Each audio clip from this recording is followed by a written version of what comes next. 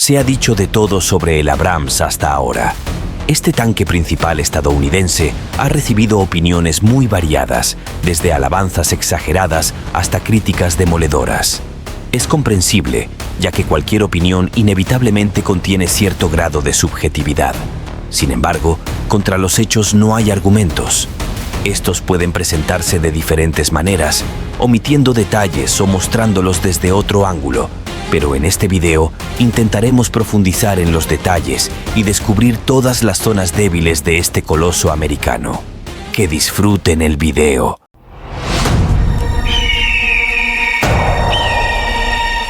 El primer Abrams de serie salió de la línea de producción de la fábrica de tanques en la ciudad de Lima, Ohio, en febrero de 1980. El M1 fue el primer tanque estadounidense desarrollado después del final de la Segunda Guerra Mundial, según nuevos conceptos de combate. Según los especialistas americanos, el Abrams superó al M60A3, que estaba en servicio entonces, casi por un factor de 2. La creación del tanque se llevó a cabo en estrecha colaboración con los fabricantes alemanes de tanques, pero con especificaciones americanas. Aunque el americano resultó ser uno de los mejores representantes de la escuela occidental, no está libre de las deficiencias típicas características de este concepto. El Abrams es un vehículo pesado y muy voluminoso, debido en parte a la presencia del cuarto miembro de la tripulación, el cargador. Un cargador automático ocuparía menos espacio, lo que significa que se necesita blindar un volumen mayor. Aquí tienen algunos datos concretos sobre el volumen blindado del Abrams y otros tanques conocidos. La primera modificación M1 ya pesaba 54,5 toneladas, frente a las 44,5 del T-72B que apareció más tarde, y las 41 del primer T-72 Ural de 1970. En la carrera por el blindaje, el M1A1 alcanzó más de 57 toneladas, su sucesor M1A2 llegó a 63, y el más actual hasta la fecha, el M1A2 SEPV3, prácticamente llega a las 70. Un mayor peso significa siempre menos movilidad, menor dinámica y transportabilidad. Además, para ser honesto, el Abrams está blindado de manera muy desigual. Solo el frente tiene buena protección, mientras que los laterales, por ejemplo, apenas protegen a la tripulación de la lluvia o el granizo. Esta configuración se debe a ciertos conceptos erróneos de la doctrina militar de la OTAN, que prioriza la flota y la aviación, quedando las fuerzas terrestres más como un complemento. En esta visión, el tanque se considera exclusivamente como un medio para combatir otros tanques. Sin embargo, como suele ocurrir, la vida poco a poco pone todo en su lugar. En Estados Unidos no les gusta admitir las deficiencias de su armamento, pero no pueden escapar de la verdad. Basta con observar lo que ha ocurrido con los Abrams en las numerosas guerras de los últimos años, no solo en aquellas en las que participaron militares estadounidenses, sino también sus aliados. Los propagandistas del otro lado del océano gustan de hablar sobre la guerra del Golfo Pérsico hace 30 años, cuando los M1A2 Abrams demostraron su valía en combates contra el ejército iraquí. Pero las fuerzas de Saddam Hussein disponían principalmente de tanques soviéticos T-55 y los primeros T-72. Los primeros tenían un cañón que databa prácticamente del final de la Segunda Guerra Mundial, y los segundos no disponían de proyectiles actualizados, y con los que tenían simplemente no podían penetrar el blindaje. Si a esto le sumamos el bajo nivel de preparación de las tripulaciones iraquíes, se entiende mejor por qué los tanques soviéticos sufrían una derrota tras otra. Si Irak hubiera sido más inteligente, simplemente no se habría metido en esa guerra. La experiencia se aprende con el tiempo. La Segunda Guerra en Irak disipó los mitos sobre la invulnerabilidad del americano. Resultó que los Abrams no eran inmortales, y ahora los estaban derribando insurgentes comunes, no con tanques, sino con viejos lanzagranadas de fabricación soviética. Este triste patrón se repitió durante la guerra de Arabia Saudí contra los rebeldes hutíes de Yemen. Las enormes inversiones económicas, el patrocinio estadounidense e incluso los Abrams no ayudaron mucho a los saudíes. Los hutíes los eliminaban activamente con los mismos lanzacohetes soviéticos RPG, misiles Konkurs, Malyutka y sistemas iraníes Tosan-1. Yemen reveló una simple verdad. El Abrams fue creado principalmente para combatir tanques soviéticos, ignorando que en conflictos locales podría enfrentarse a escenarios de combate algo diferentes. Los hutíes principalmente organizaban emboscadas durante el movimiento de las columnas de tanques. El efecto sorpresa combinado con alta precisión llevaba a consecuencias fatales. Un solo impacto, incluso desde 3,5 kilómetros, bastaba para que los Abrams ardieran y a veces incluso les arrancaba la torreta. Hay que reconocer a los diseñadores estadounidenses que, de todos los tanques occidentales conocidos, el Abrams es el más compacto. Para comparar, su altura es de 2,38 metros. Comparen esto con otros vehículos occidentales y no solo, y entenderán de qué hablo. En general, los ingenieros se esforzaron mucho para hacer su tanque lo más pequeño y ligero posible dentro del marco occidental. Lo lograron hasta donde fue posible, pero aún así, el casco del americano superaba en casi 1,5 metros al del T-72B, y el área de la masa visible principal en la proyección lateral también superaba a su colega soviético en 1,5 veces.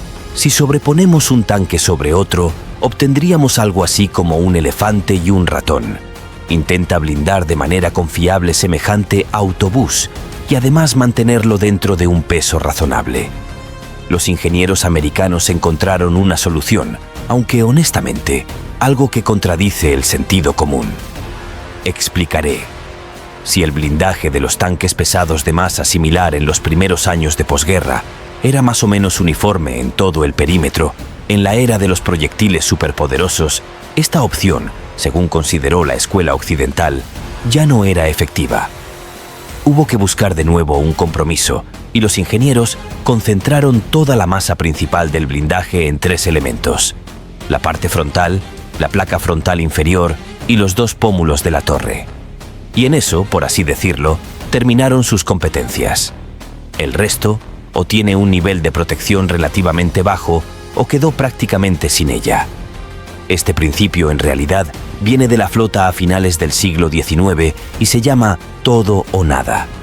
Según él, las partes vitales del barco se cubrían con la armadura más gruesa posible, mientras que las zonas restantes quedaban prácticamente sin protección. Todo estaría bien, pero el principio de blindaje naval es completamente inaceptable para un tanque con sus dimensiones relativamente pequeñas y su diseño compacto. Las partes vitales en un vehículo terrestre están, por así decirlo, en todas partes, y la penetración del blindaje casi siempre conduce, con alta probabilidad, a la destrucción, o al menos a dejar el vehículo fuera de combate. Así que esa es la contradicción fundamental que subyace en el mejor tanque del mundo, según un enorme número de publicaciones mundiales. Ahora, recorramos todo el Abrams por completo. Comencemos, por supuesto, con esas mismas partes frontales del casco y la torre soldada. Utilizan un blindaje multicapa, que es un análogo directo de la armadura compuesta inglesa Shobham. La receta se mantiene en el más estricto secreto, pero como ya he dicho muchas veces, es una especie de pastel de acero, cerámica, goma, Kevlar, capas de aire y algo más. Todo esto se sitúa entre las placas de blindaje externas e internas. Han probado muchas variaciones de paquetes de blindaje interno, por lo que tanques externamente idénticos pueden diferir drásticamente en términos de protección. Sin embargo, propongo basarnos en el conocido informe del camarada Lindström de 1993, que se filtró al dominio público. Se redactó con motivo de las licitaciones de Suecia para un nuevo tanque principal. Adelantándome un poco, había muchas cosas interesantes allí, y quizás incluso haga un episodio sobre este tema. Pero lo que nos importa ahora es que en esta licitación también participó el M1A2, y los suecos evaluaron la protección de la torre en 600 milímetros contra proyectiles cinéticos y 900 milímetros contra medios de ataque por carga hueca. Lo interesante es que para el casco, las cifras resultaron mucho más modestas, 350 y 750 milímetros respectivamente, y todo esto solo dentro de los ángulos de maniobra de 25 a 30 grados. En un ataque lateral, aunque sea a 45 grados, la protección contra los mismos proyectiles de carga hueca cae a menos de 400 milímetros y para el casco aún más bajo. Por cierto, paradójicamente, en el Abrams, a diferencia de todos los demás tanques conocidos, la placa frontal inferior está mejor protegida que la superior, y es ella la que proporciona la protección principal del casco, ya que detrás de ella se encuentra el paquete de blindaje compuesto. Los americanos colocaron la placa frontal superior casi horizontalmente al suelo, con un ángulo extremo de 83 grados, calculando que los misiles y proyectiles simplemente rebotarían en ella. La placa frontal inferior en sí es una lámina de 38 milímetros, aunque inicialmente circulaban leyendas de que tenía 70 u 80 milímetros. Pero no, el deseo de compensar el grosor absoluto con el ángulo de inclinación y así ahorrar en peso prevaleció. Esta placa frontal superior realmente resiste bien a los proyectiles de carga hueca que simplemente no se activan más allá de los 75 grados. Pero si le cae un poderoso proyectil perforante explosivo o una granada antitanque, esos 38 milímetros simplemente se destrozarán y detrás están el conductor, los tanques de combustible y otras cosas importantes. No es de extrañar que los suecos señalaran un retraso significativo del M1A2 en el nivel de protección del casco, que según su evaluación estaba al nivel de los tanques de los años 60. La protección de la torre también era inferior a la del Leopard 2 y estaba aproximadamente al nivel del T-80U, que también participó en el concurso y, dicho sea de paso, tampoco era la cúspide absoluta de la tecnología soviética. Y noten que esto no es propaganda, sino un informe real y serio de la entonces neutral Suecia. En 2025, la generación actual del tanque Abrams sigue siendo el M1A2. SEPB3, una máquina avanzada que ha generado debate por el uso de uranio empobrecido en su blindaje. Analicemos qué implica esto y cómo funciona. Cuando se habla de blindaje de uranio, se refiere a las capas de este metal pesado en los mismos paquetes de blindaje, que en el Abrams, digamos, no están presentes en todas partes, sino solo en los pómulos y lados de la torre, así como en el frente del casco. Hasta la fecha, los americanos han producido 3 tipos de paquetes de blindaje con uranio empobrecido y se anuncia que un cuarto está listo, pero aún no se ha puesto en servicio. Si no nos extendemos demasiado, el blindaje de uranio del Abrams es la evolución americana del blindaje compuesto Chobham, que ahora incluye capas de esta sustancia poco convencional. Y como el tanque americano es el único que se basa en el uranio para su protección, naturalmente, este enfoque tiene tanto ventajas como desventajas. Ante todo, el uranio es un material extremadamente denso y pesado. Su densidad, y por tanto su peso, supera aproximadamente 1,7 veces la del plomo, y en promedio 2,5 veces la del acero. Además, las planchas de uranio son muy frágiles, lo que excluye incluso una mínima flexión, y esto ya determina la angulosidad y las grandes dimensiones. También quiero llamar su atención sobre el hecho de que el uranio funciona de manera efectiva contra proyectiles cinéticos debido a su alta densidad. Contra los proyectiles de carga hueca, la velocidad del chorro cambia debido a la densidad, lo que hace que se fragmente en gotas menos potentes. Además, cada nueva gota como que desplaza la placa hacia un lado, por lo que las siguientes impactan en una sección casi no dañada del blindaje. En octubre de 1988 apareció la modificación M1A1 Heavy Armor con blindaje de uranio de primera generación, la llamada uranio cerámica U87. 2 años después salió el blindaje de segunda generación UO10000 en paquetes de aluminio. Actualmente, se considera que el más avanzado es el blindaje de tercera generación que apareció en el M1A1SA para Irak. También tiene el índice UO10000 por alguna razón, pero se afirma que el uranio en ellos ya va con un recubrimiento de grafito y en paquetes de titanio. Creo que después de Chernóbil, todos entienden por qué empezaron a usar grafito. Este paquete se utiliza activamente en el mismo M1A2 SEPB3, también conocido como M1A2C, el actual buque insignia del ejército estadounidense, y se afirma que la resistencia equivalente a proyectiles perforantes de esta modificación se estima en 960 milímetros y contra proyectiles de carga hueca hasta un increíble 1600 milímetros. Estas son cifras fenomenales y muchos expertos insisten en ellas. No vamos a discutir esto, pero todavía me parecen algo exageradas e intentaré explicar por qué un poco más adelante. Sea como sea, si el M1A1 pesaba 57 toneladas, el M1A1 Heavy Armor con blindaje de uranio aumentó a 62 y el SEPB3 es realmente un récord. Recordemos que pesa 67 toneladas. Pero no solo con el peso se pagó por la protección. Como ya entienden, cualquier uranio, incluso empobrecido, es radiactivo. Sí, su peligrosa radiación es completamente bloqueada por el revestimiento, pero esto es solo mientras el tanque no es atacado. Durante las pruebas de tiro contra el Abrams con blindaje de uranio, que por cierto era de primera generación, los científicos descubrieron que el primer impacto, sin penetración, provocaba la dispersión de peligrosos fragmentos de uranio a una distancia de 5 a 7 metros del tanque.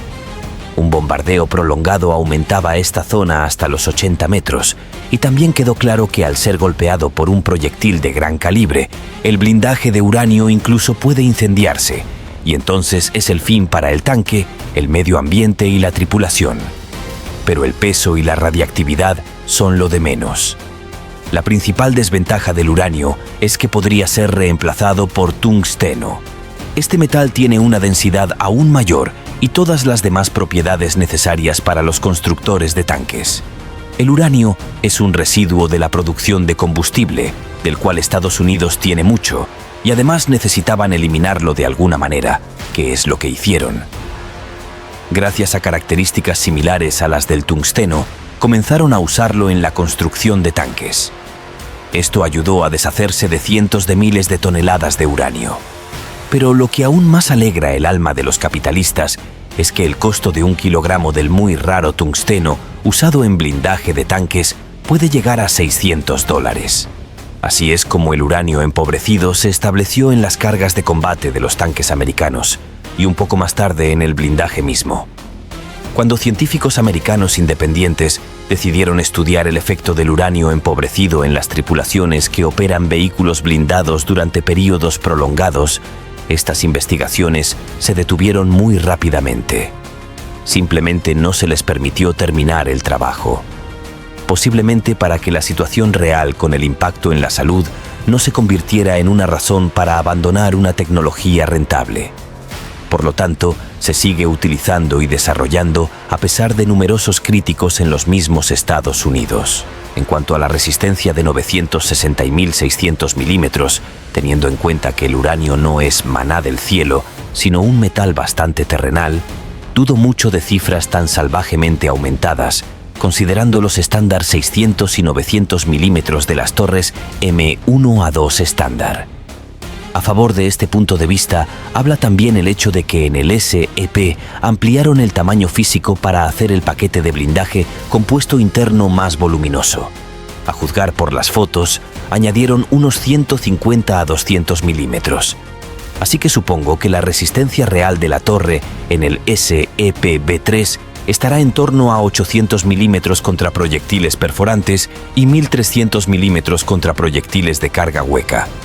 Las dimensiones podrían proporcionar cifras cercanas a las que mencionan, pero si lo miramos así, el blindaje frontal no resuelve el problema de la baja protección en todas las demás partes importantes del tanque, que en el Abrams están cubiertas por simples placas blindadas. El Abrams comparte el problema fundamental de concentrar toda la resistencia solo en el frente.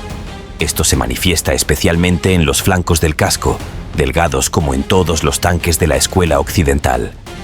El Abrams es una excepción, pero solo parcialmente. El caso es que su casco tiene un acero lateral de solo 30 milímetros de espesor, pero después de ver cómo los Leopard se volaban con minas, los americanos decidieron que definitivamente no querían ese destino.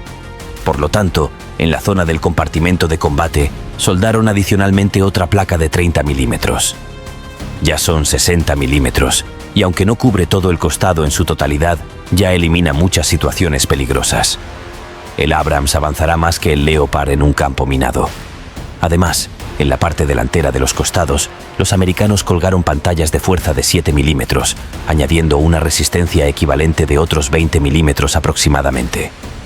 Todas estas medidas proporcionan parcialmente protección contra proyectiles de pequeño calibre y en todo el perímetro son 80 milímetros, pero no hay que olvidar que los tanques de la escuela soviética están completamente cubiertos con bloques de blindaje reactivo y esto puede proporcionar incluso mejor protección que los propios costados.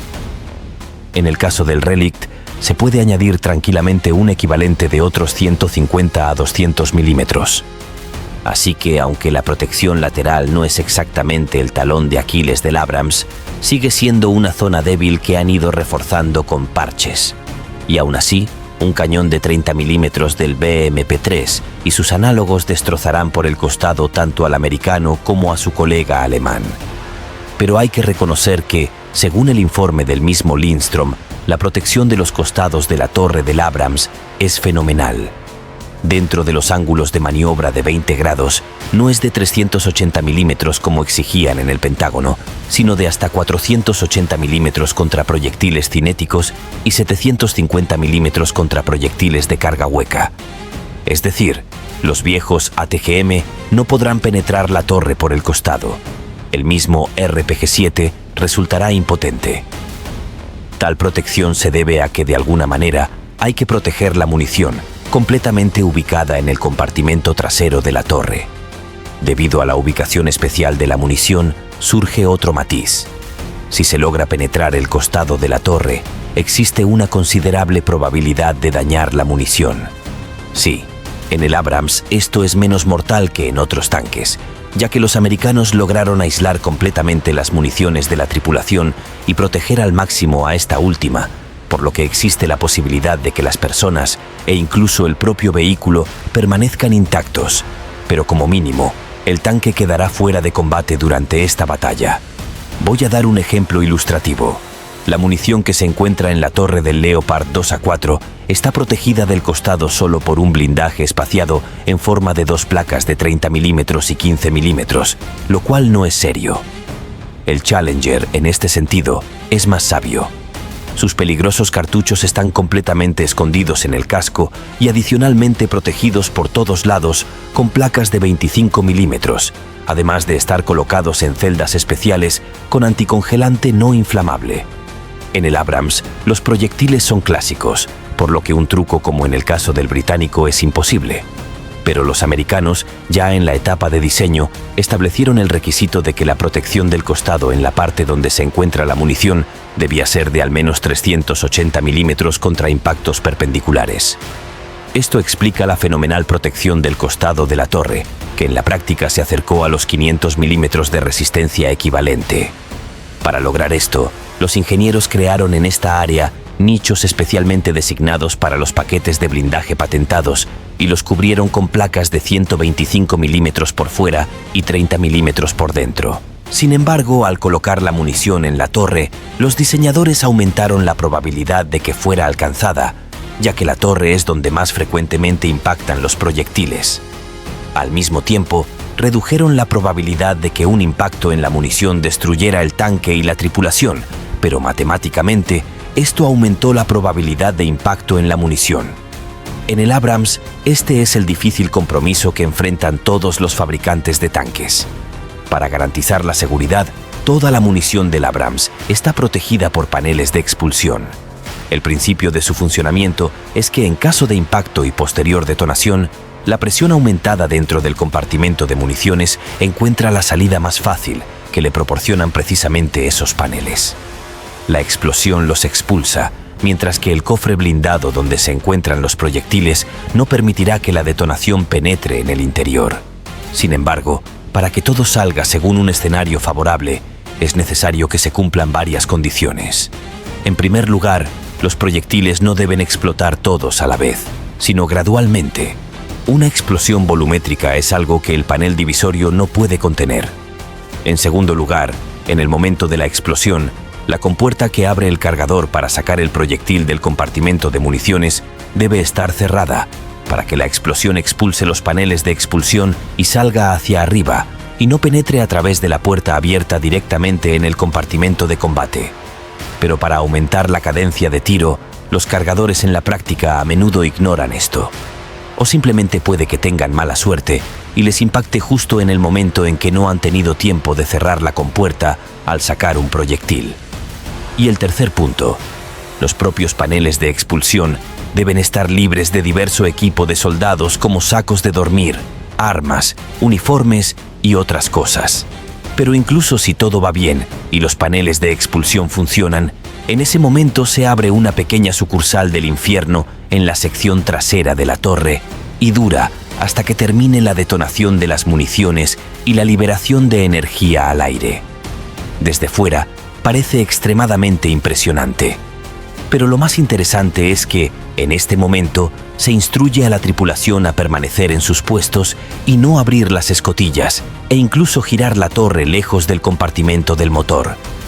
Así que tienen que sentarse firmemente y esperar hasta que termine la discoteca en forma de explosión de cientos de kilogramos de explosivos. El programa de concierto puede agravarse aún más por el hecho de que el enemigo sigue disparando. Pero si logran llegar al intermedio, la tripulación debe llevar el vehículo a un lugar seguro, y si no, abrir las escotillas y salir corriendo. Sin embargo, los propios proyectiles de carga unitaria en una vaina metálica del Abrams son más seguros y menos propensos a incendiarse. Su canasta no tiene cargador automático, no hay problemas. En el Abrams, para adaptar un proyectil alargado, basta, por ejemplo, con alargar el nicho trasero de la munición. Esto es mucho más fácil que rediseñar un cargador automático para acomodar un nuevo mecanismo, lo cual, como entienden, es imposible cuando hablamos de una simple modernización. Estos matices ya están considerados en el Armata, pero todavía es algo para el futuro y no forma parte del presente. Ahora, hablemos un poco sobre la propia munición. El Abrams M1A1 tiene a su disposición 40 disparos y los modelos M1A2 y M1A1 Heavy Armor 42. De estos, 6 se almacenan en el casco, en el compartimento de combate, junto a la tripulación. Hay un compartimento aislado ubicado como debajo del principal almacén de municiones. Así que si arde, no será mejor que en un clásico T-72, pero en defensa de los americanos hay que señalar que para que ocurra esta explosión, es necesario impactar precisamente en la munición, que también está protegida por blindaje desde el interior, a diferencia del tanque soviético, donde los proyectiles adicionales simplemente coexisten con la tripulación y los tanques de combustible. Sin embargo, para mayor seguridad, al inicio del combate, a los tanquistas americanos se les instruye usar inmediatamente estos proyectiles ubicados en el compartimento de combate. Todo el resto de la munición, como ya mencioné, se encuentra en el nicho de la torre. Son 34 o 36 proyectiles, nuevamente dependiendo de la modificación. Pero lo curioso es que también están divididos en 2 compartimentos. La mitad está accesible detrás de la compuerta del cargador y el resto detrás del comandante. Es decir, en combate, solo están inmediatamente disponibles 17 o 18 proyectiles, que se consideran la munición de primera línea.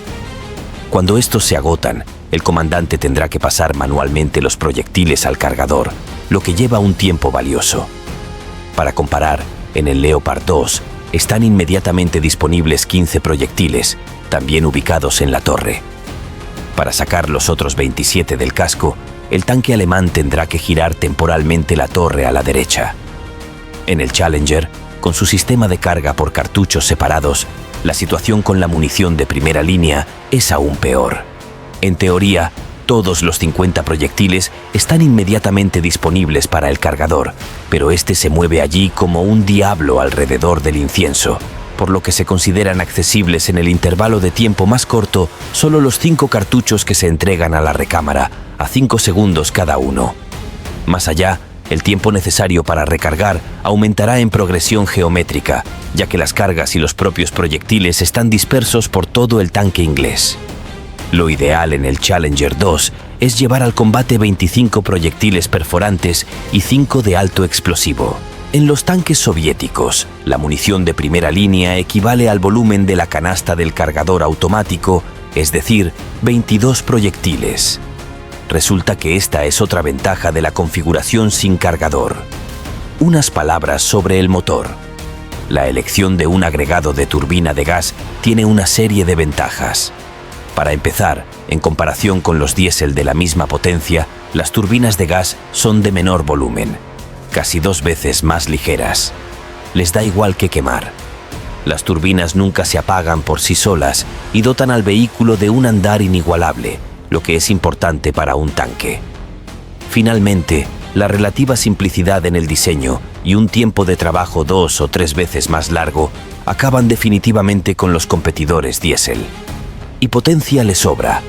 El AGT 1500 desarrolla 1500 caballos de fuerza y tiene un par máximo de 5310 Nm. Todo esto con una frecuencia de rotación del eje de salida de 1000 revoluciones por minuto.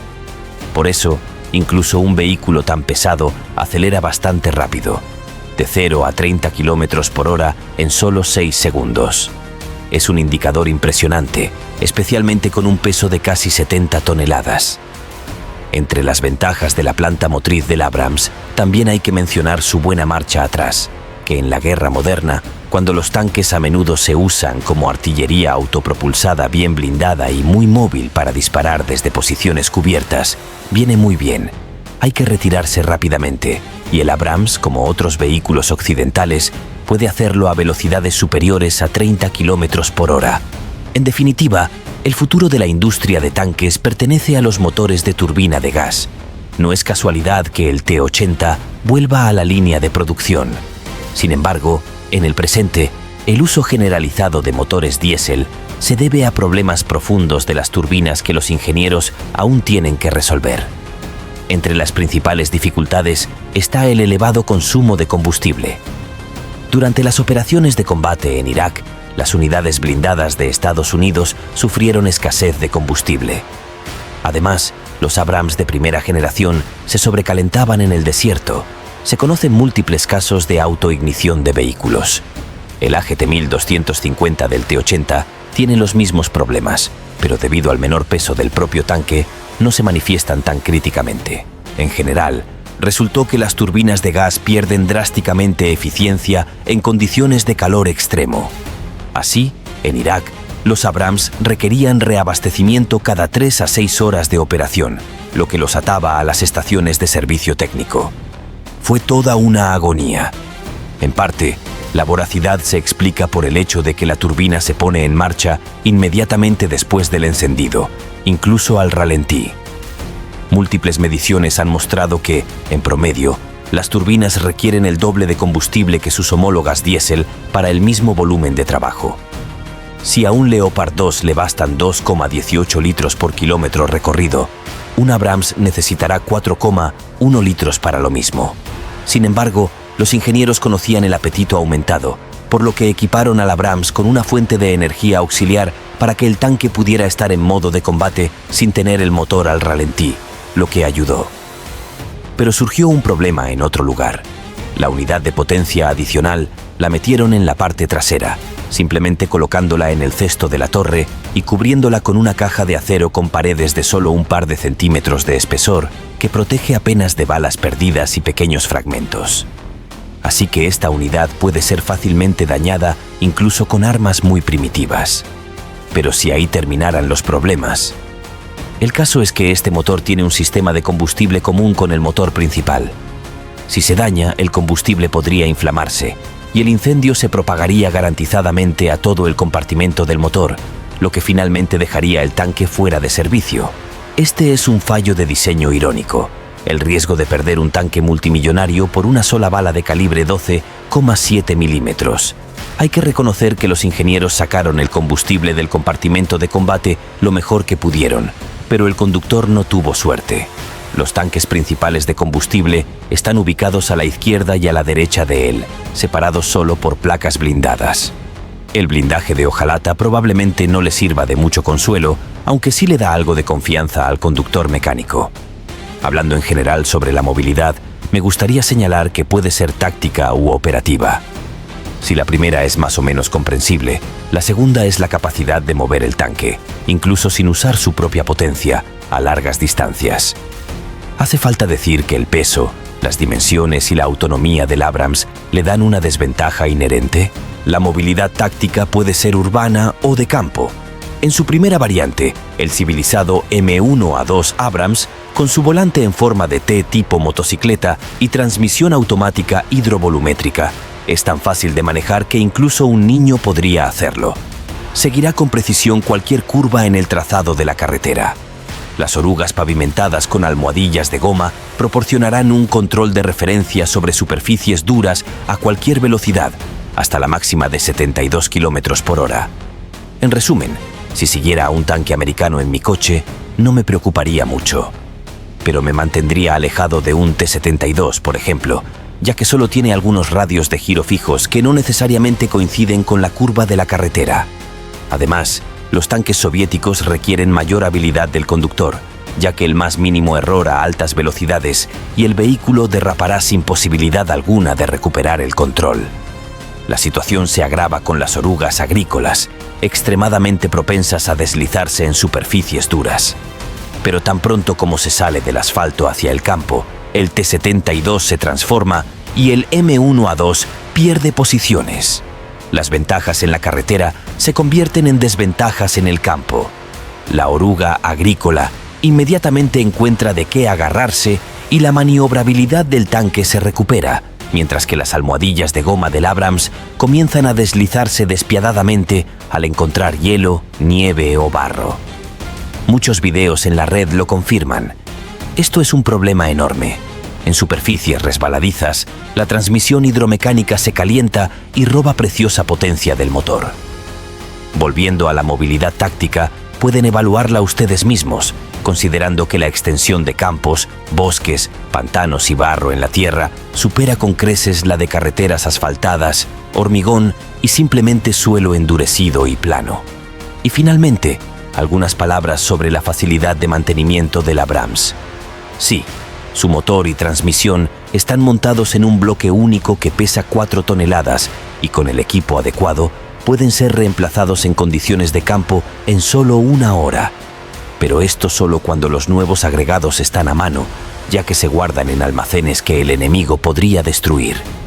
En este aspecto, una construcción más simple, junto con un destornillador, una llave y un buen repertorio de expresiones no impresas, quizás sea más efectivo, al igual que la capacidad de la tripulación para resolver algún problema in situ por sí mismos, en lugar de esperar a una brigada de mantenimiento. Aunque tal vez ellos tampoco puedan hacer nada más que remolcar el tanque a una base de reparaciones. De todo lo dicho, se puede sacar una conclusión simple. La planta motriz del Abrams, digan lo que digan, no es ideal ni mucho menos.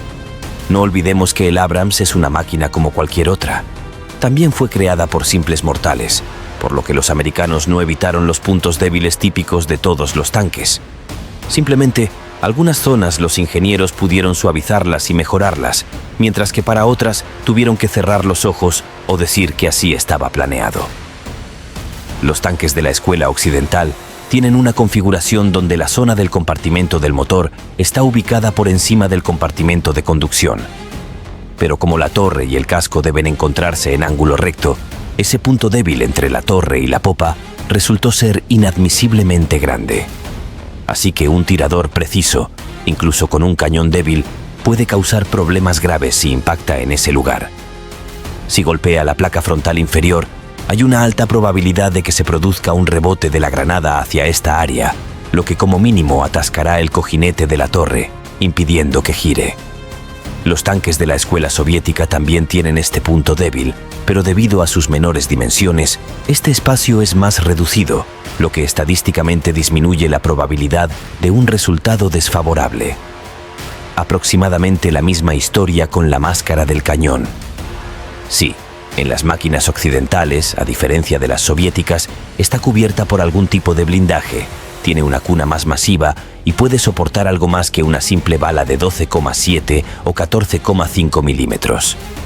Pero golpear la máscara de un T-72 es como acertar a un huevo de mosquito con una honda, mientras que alcanzar el enorme hocico brillante de un M1A1 es una tarea mucho más trivial, y ni siquiera 300 o 400 milímetros de protección lo salvarán.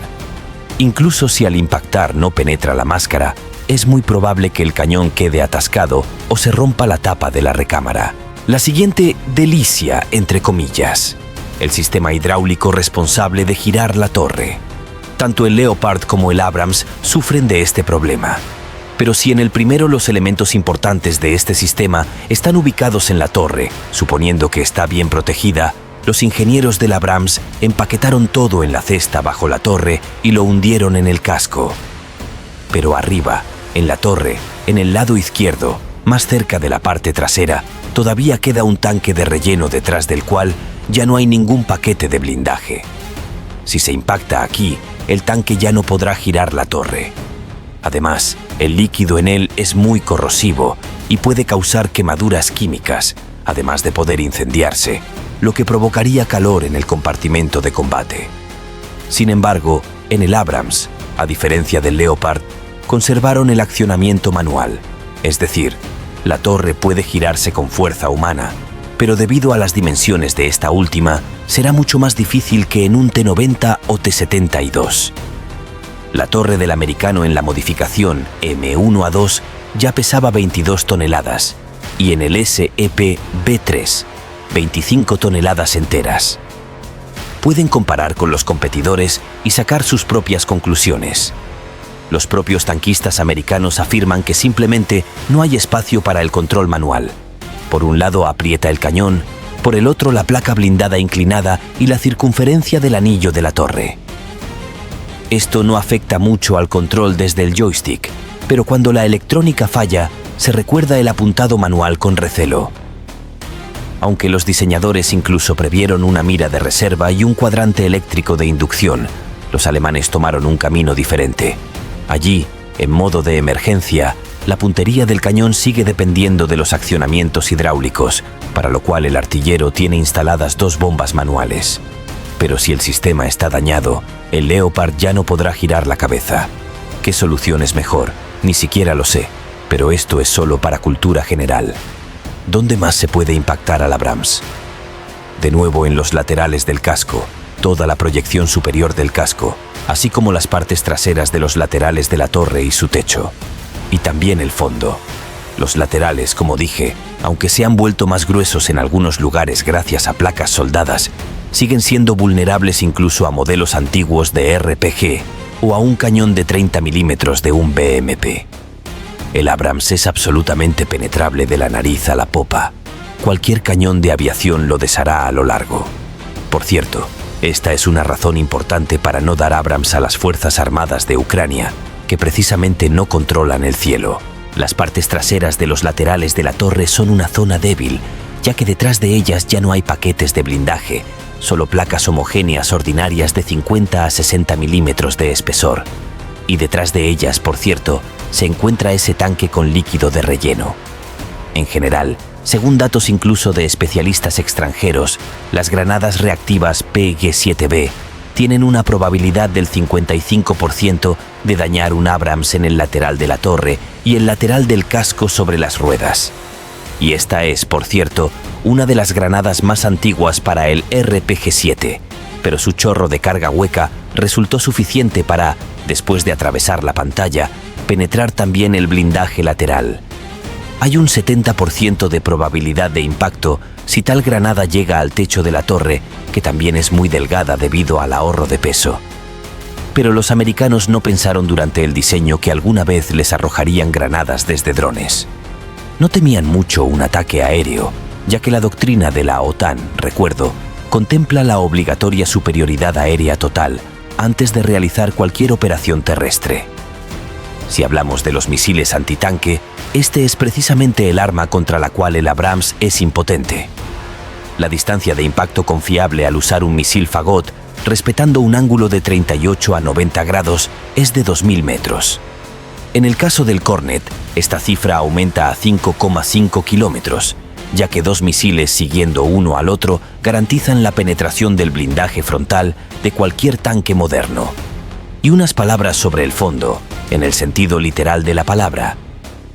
Con el objetivo de aumentar la resistencia antiminas, los americanos reforzaron el blindaje en la parte delantera hasta 30 a 32 milímetros, mientras que el grosor de la placa inferior en la parte trasera, bajo el compartimento del motor, es de solo 12,5 milímetros.